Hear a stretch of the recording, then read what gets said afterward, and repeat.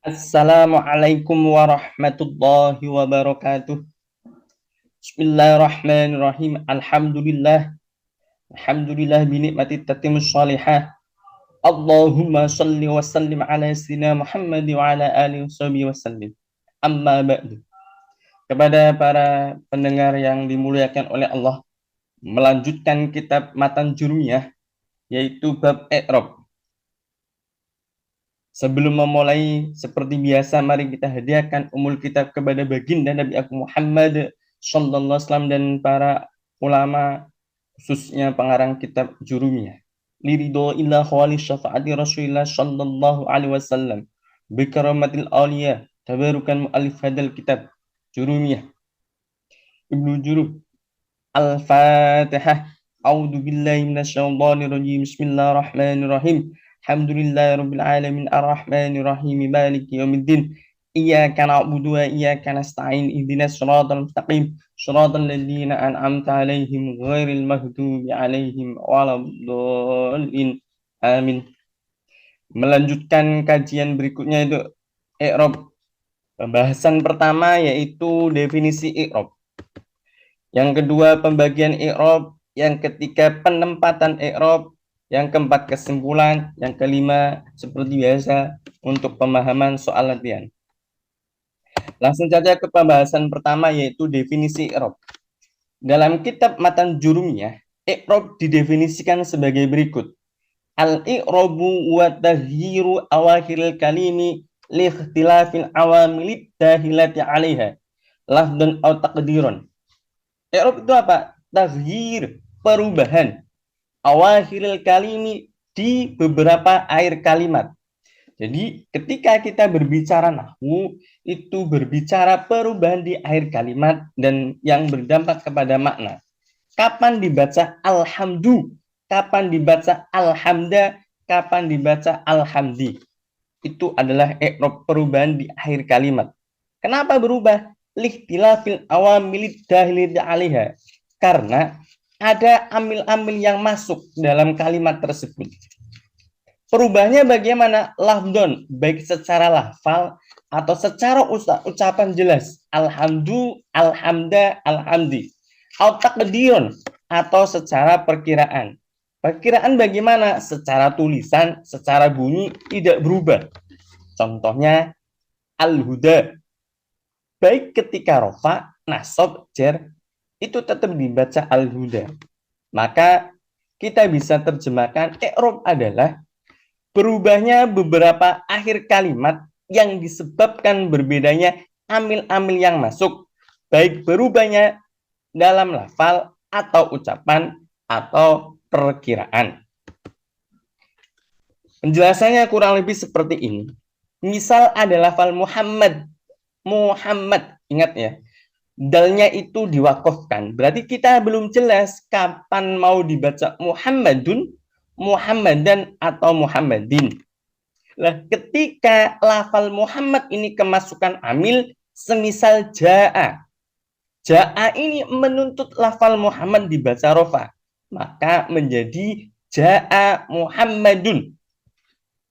Kemudian lafal Muhammad, misal kemasukan amil ro'aitu, maka menjadi ro'aitu Muhammadan. Inilah yang dimaksud dengan i'rab. Muhammad ketika belum kemasukan amil, dalnya ini mau dibaca dun dan din. Itu tergantung amilnya. Amil itu apa? Yang menyebabkan kalimat itu berubah di akhir kalimatnya. Mari kita detailkan penjelasan i'rab. Yang pertama yaitu pengertian taghyir atau berubah. Berubah dalam definisi i'rab ini ada dua hal. Yang pertama, perubahan zat, yaitu mengganti huruf dengan huruf yang lain. Contoh, hadza abuka, ra'aitu abaka, marartu bi abika. Jadi perubahan zat ini maksudnya apa? Mengganti huruf. Pertamanya abuka, wawu, abaka diganti menjadi alif. Kemudian alifnya diganti menjadi ya, abika. Jadi perubahan ini mengganti huruf dengan huruf. Yang awalnya abuka, wawu, abaka menjadi alif. Diubah lagi menjadi ya, bi abika. Itulah perubahan zat. Kemudian jenis perubahan yang kedua adalah perubahan sifat. Mengganti harokat dengan harokat yang lain. Contohnya, ja'atil muslimatu. Ingat huruf akhirnya tu. Kemudian dirubah. Ro'aitu kemasukan amil. Ro'aitu al-muslimati. Itu namanya perubahan sifat. Berarti perubahan zat itu huruf ke huruf, perubahan sifat harokat ke harokat. Itu maksud dari taghir. Definisi berikutnya adalah tentang awakhiril kalimi. Maksud dari akhir kalimat itu ada dua. Yang pertama, akhir kalimat secara hakikat. Maksudnya apa? Memang harokat akhirnya itu berubah. Dorob tu zaidan, marot tu bizaidin. Dari dan ke din itu perubahan akhir kalimat. Atau akhir kalimat secara hukum saja, yaitu berubahnya hukum yang menempati huruf akhir. Yaf'aluna berubah menjadi lam yaf'alu. Maksudnya bagaimana? Nun pada lafal yaf'aluna itu bukan akhirnya kalimat, tetapi huruf yang menempati akhir. Dikarenakan fa'ilnya yaf'aluna, pelakunya yaf'aluna, itu berupa domir atau kata ganti. Maka nun dihukumi sebagai akhir kalimat. Jadi akhir kalimat itu ada dua. Akhir kalimat yang secara hakikat, akhir kalimat secara hukum. Yang berikutnya, definisi berikutnya yaitu tentang awamil atau amil. Apa itu amil? Wa ma bihi yataqawwamul ma'na al-muqtadi lil i'rabi. Yang artinya sesuatu yang bisa menghasilkan makna yang menuntut pada i'rab. Gampangannya ini, amil ini yang menyebabkan kalimat huruf akhirnya berubah. Misal kata Muhammad tadi, dalnya itu masih sukun misal. Ketika kemasukan amil rofa, misal ja'a menjadi ja'a zaidun. Kemasukan amil nasab ro'aitu menjadi ro'aitu zaidan. Kemudian marortu ketika kemasukan amil jar, marortu bizaidin. Jadi saya ulang. Semisal ada lafal zaid, huruf dalnya itu masih wakof. Kita mau menentukan kapan dibaca zaidun, kapan dibaca zaidan, kapan dibaca zaidin. Itu tergantung amilnya. Kalau amilnya rofa, misal ja'a menjadi ja'a zaidun. Kalau amilnya nasab, ro'aitu zaidan. Kalau amilnya jar, marotu bizaidin.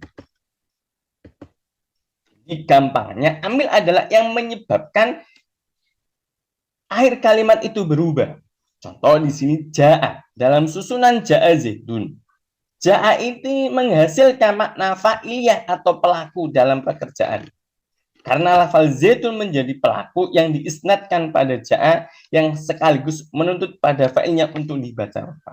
Kalau masih bingung tentang definisi yang tekstual ini, gampangannya adalah amil adalah yang menyebabkan kalimat huruf akhir itu berubah. Semisal kata Muhammad, dalnya ini mau dibaca Muhammadun, Muhammadan, atau Muhammadin, itu tergantung amilnya. Kemasukan amil rofa, semisal ja'a, ja'a Muhammadun.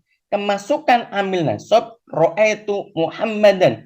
Kemasukan amil jar, bi Muhammadin. Itulah maksud dari amil.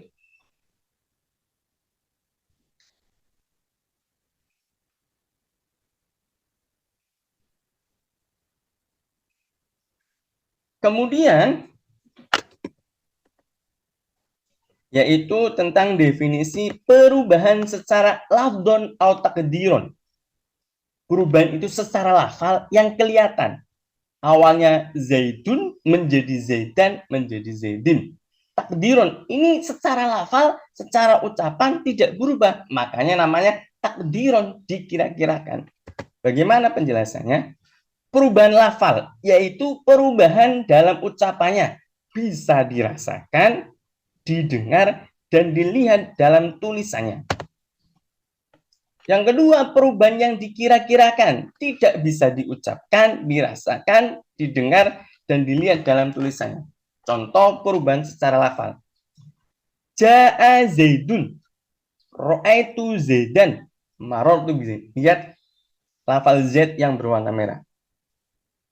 Di situ jelas kita bisa merasakan yang awalnya dun menjadi dan menjadi din dan bisa didengar, dilihat dalam tulisannya. Tetapi ketika perubahan secara takdiron atau secara dikira-kira, misal apa? Ja'a al-fata, kemasukan amil rofa, tetap al-fata. Kemasukan amil nasab ro'aitu al-fata. Atau contoh lain, ja'a al-qodi, marortu bil-qodi.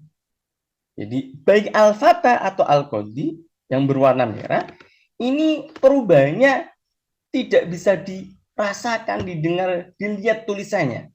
Makanya perubahannya hanya bersifat kira-kira. Kemudian dari perubahan secara kira-kira atau takdir, maka menghasilkan dua isim, yaitu isim maksur dan isim mangkus. Apa itu maksur? Isim maksur adalah kullus min mu'rabin akhiruhu alifun lazimatun qabla fathatun. Isim maksur adalah setiap kalimat isim yang mu'rab yang akhirnya berupa alif lazimah yang sebelumnya berharokat fathah.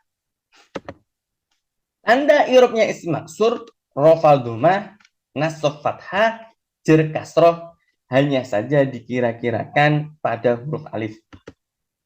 Contoh, ketika rafa, inna hudallahi wal huda, kata al-huda yang berwarna merah, tandanya rafanya apa? Dhammatun muqaddaratun alal alif. Maksudnya apa?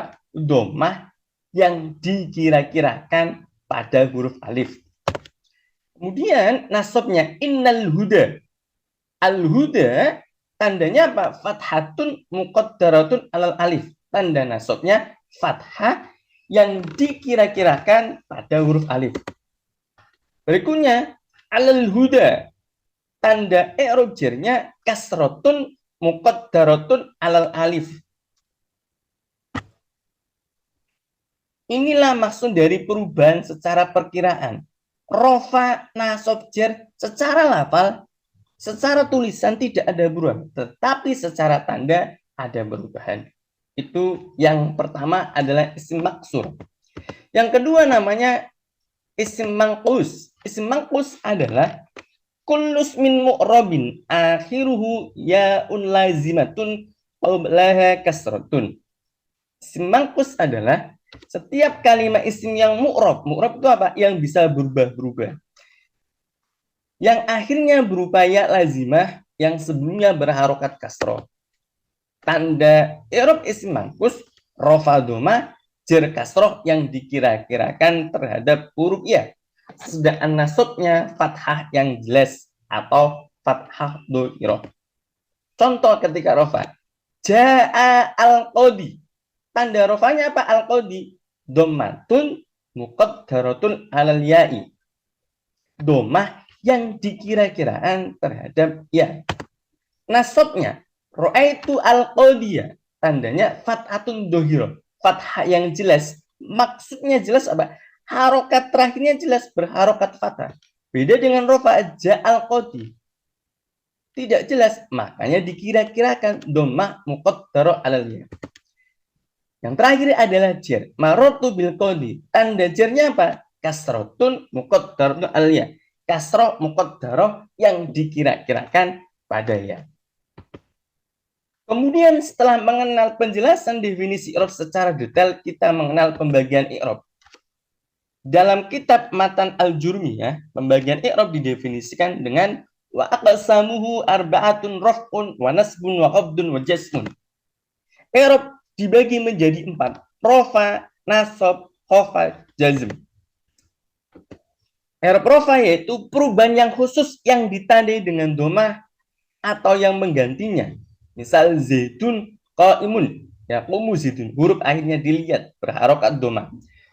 Dengan kata lain, tanda aslinya rafa itu dhammah. Penggantinya nanti kita jelaskan pada setelah penjelasan bab i'rab ini.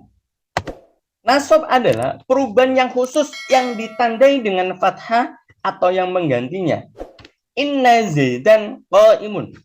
Lan yakuma zaidun. Perhatikan kata zaidan, inna zaidan bertanda fathah. Lan yakuma, mimnya bertanda fathah.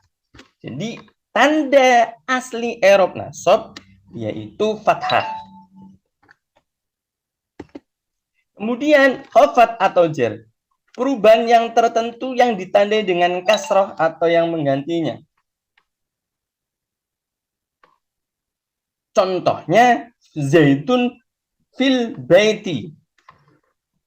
Fil baiti. Al baiti dikanda kasroh karena bertempat pada i'rab khafat atau jar. Maka tanda i'rab asli khafat adalah kasroh. Tanda penggantinya nanti kita jelaskan pada bab setelah ini. Jazm yaitu perubahan yang tertentu yang ditandai dengan sukun atau yang lam yaf'al. Ingat huruf harokat akhirnya berharokat sukun, yaitu i'rab jazm. Kemudian penempatan i'rab yang jumlahnya ada 4.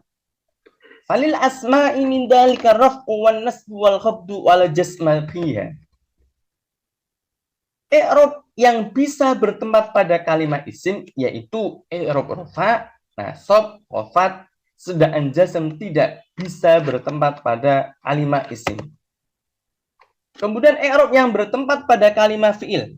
Walil af'ali min dzalika raf'u wan nasbu wal jazmu wal khafdu fiha.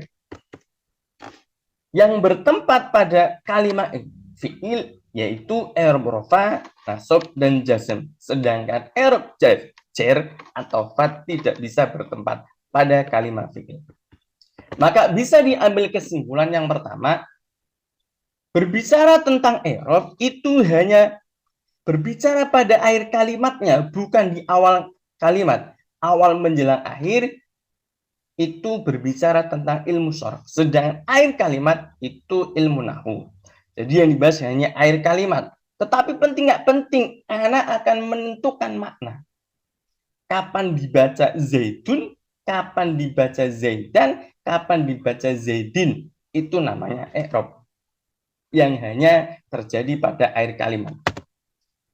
I'rab yang hanya bertempat pada kalimat isim yaitu i'rab khafat atau jar.